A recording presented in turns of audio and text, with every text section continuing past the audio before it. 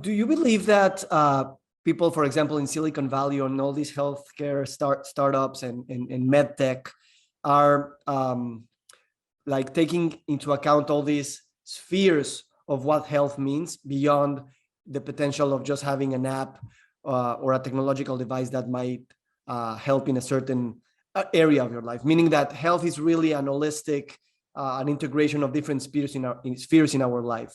Do you believe these folks are understanding health in that way, or they're just more like specific? Let's work on this, and then someone else will work on another thing.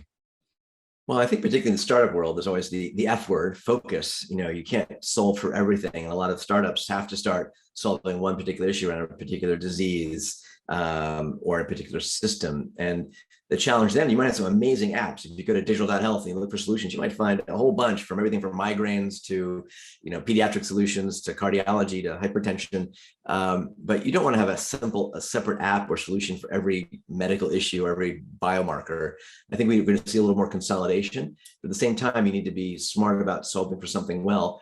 You might have the best solution, but if it doesn't integrate into workflow of a clinician, a nurse, a physician, a pharmacist, it's a bit of a so what. So part of the challenge in this new, let's say, connected digital technology age is the technology can get in the way, right? Where if you've seen all the challenges with clinicians getting burnout from having to spend so much time typing medical records into our horrible EMRs, which have user interfaces from the 1970s in some cases that aren't really helping health, they're helping for billing, right? So there's this kind of chart often called the quadruple aim. The three aims when you have a healthcare innovation. You want it to give you better outcomes, a better cost, better patient experience, but we also need better clinician experience, because if you have an app, a wearable solution, but it doesn't work into the clinician's workflow, like if you came to me with all your Fitbit data on a spreadsheet, or you're trying to have me log into your Fitbit app, that's not going to work very well. I need to see that integrate not just the data from your, let's say, your wearables, but the insights, because I don't really want to see every sleep component.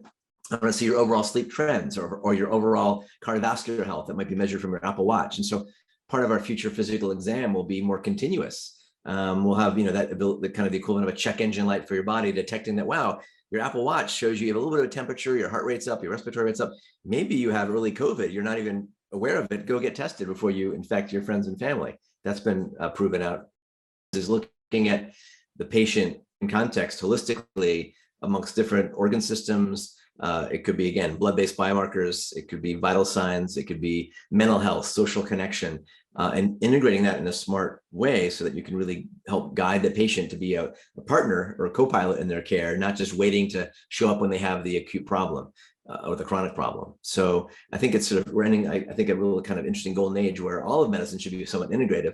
The challenge is it's designed in many systems. It's very specialty focused and very siloed. So you'll see the cardiologist for your heart, but they won't pay attention to, let's say, your teeth and your microbiome in your mouth, which might contribute to heart disease or neurologic disease. Many mental health issues tie to the microbiome and holistic health. The vagus nerve seems to play a role in all sorts of different potential diseases, and we're learning more about electricity as medicine. So some of the more sometimes woo-woo stuff is becoming interesting, and because a lot of functional medicine is often at its crux using diet and nutrition, we're entering this golden age, I think, hopefully, where we won't just have these fad diets, low fat, high fat, low carb, high carb.